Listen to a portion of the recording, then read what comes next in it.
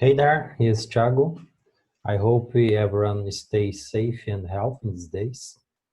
And the paper I'm going to talk about is Database Processing Memory, experimental study.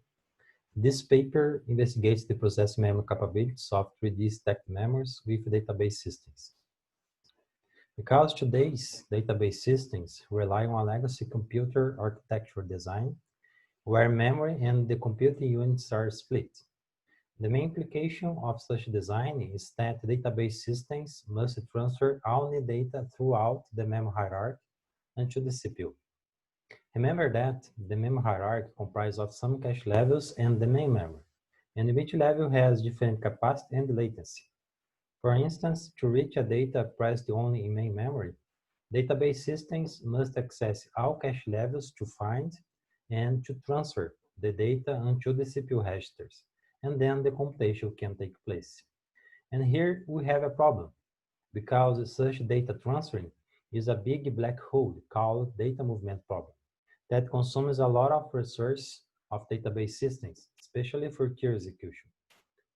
And also, a recent work on Google Workload has demonstrated that around 63% of total system energy, on average, is expended on data movement with a high latency. For that reason, we investigate a possible solution for the data movement problem based on new processing memory devices, or PIM devices.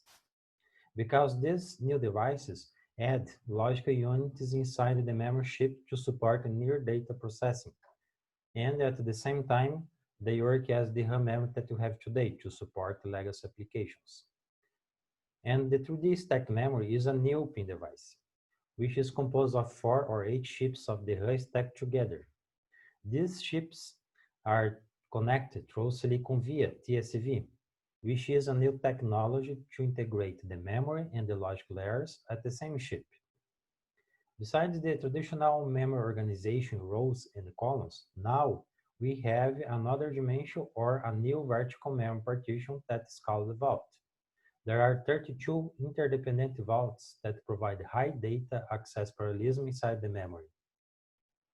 And at the base of the memory stack, there is a logic layer to execute near data instructions, such as arithmetic, logical, and bitwise. Now, I'm going to show an example in how to run the selection operator with processing memory. This example is based on Hive, that is an extension proposed at the logic layer to support SIMD operations, single instruction multiple data. Suppose I need to filter a database column. Firstly, the column is sliced in two chunks of 8 kilobytes. Each chunk then is split into 32 segments of 256 bytes. Then there is a segment for each vault, for each memory partition, to read in parallel. Now we can run 32 independent loads in memory and take advantage of the internal high bandwidth of the memory. The load operation writes a segment of the chunk into internal SIMD register, for example, regx in blue.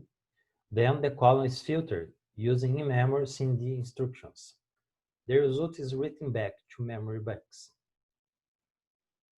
Based on that architecture, we did some experiments.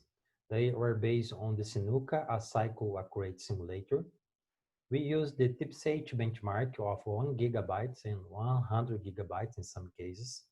We evaluate the operator selection, projection, join, and aggregation on the AVX512 architecture and with processing memory.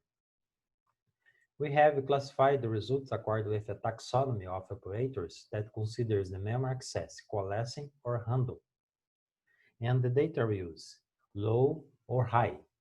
We separated the extremes of this taxonomy to present here. Firstly, the selection and the projection operators have coalescing memory access and no data reuse at all. The PIN is around 4 times up to 10 times faster with a high energy saving compared to the CPU processing. The reason for that is because both operators have a data stream behavior, and the PIN is very good for this kind of applications. Now, let me talk about the operators with high data reuse and the handle memory access. which is the case of the hash join algorithm and the aggregation operator. For the hash join algorithm, the CPU processing reached the best performance in all datasets, considering the execution time. On the other hand, the pin execution uses less energy, around 65%. This is because the random access to the hash table inhibits the parallelism of the vaults. Let me turn to the aggregation operator, which has a similar performance in terms of execution time, but it uses less energy than the pin execution.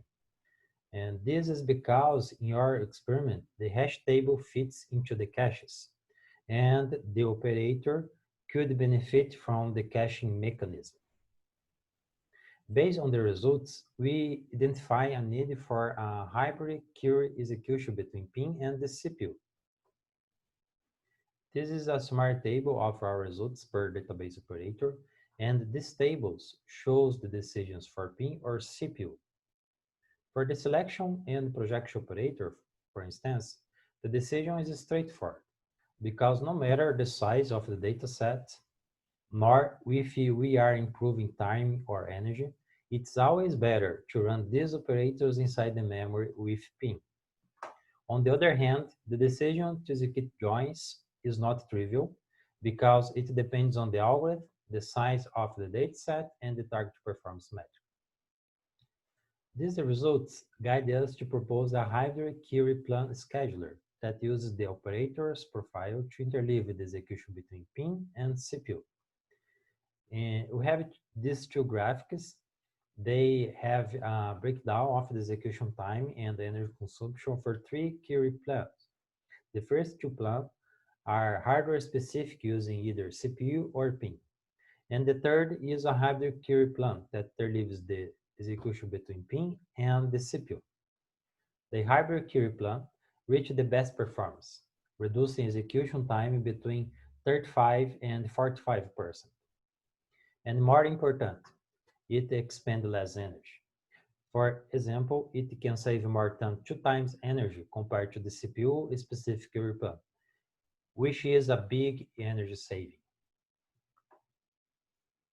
And here we have our conclusions. The first one, the results on the selection and the projection operators proved the potential of pin on query execution. Because pin boosts the execution time around an order of magnitude with a big energy saving. We also disclose the relevant characteristics that determines the decision between pin and the CPU processing, which are the cache settings, the size of the dataset, the performance metric, and the operator behavior in terms of memory access and the data reuse.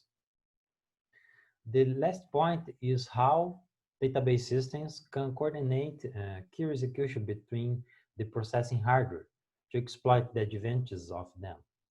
Then we proposed a hybrid query scheduler that reduces execution time with energy saving. We also have identified some challenges and resource opportunities. The first one is about simultaneous coprocessing, which is challenging because in an environment with heterogeneous process devices, we should avoid idle devices, and also we should detect inefficient power consumption. Another point is in the perspective of query plan optimization, because now we have another dimension that is the processing unit, and this variable should be incorporated into the query optimizer that amplifies the search space to find the best query plan. Another opportunity is about the near data transactions, because the current specification for the pin hardware provides support for atomic instructions inside the memory, which means that transactions can be handled now by the hardware. And a big challenge and the open challenge is how DBMS should operate with processing memory. What you need to change in database system to integrate processing memory. That's it. Thank you very much for attending my presentation. Feel free to ask me for email. and stay safe.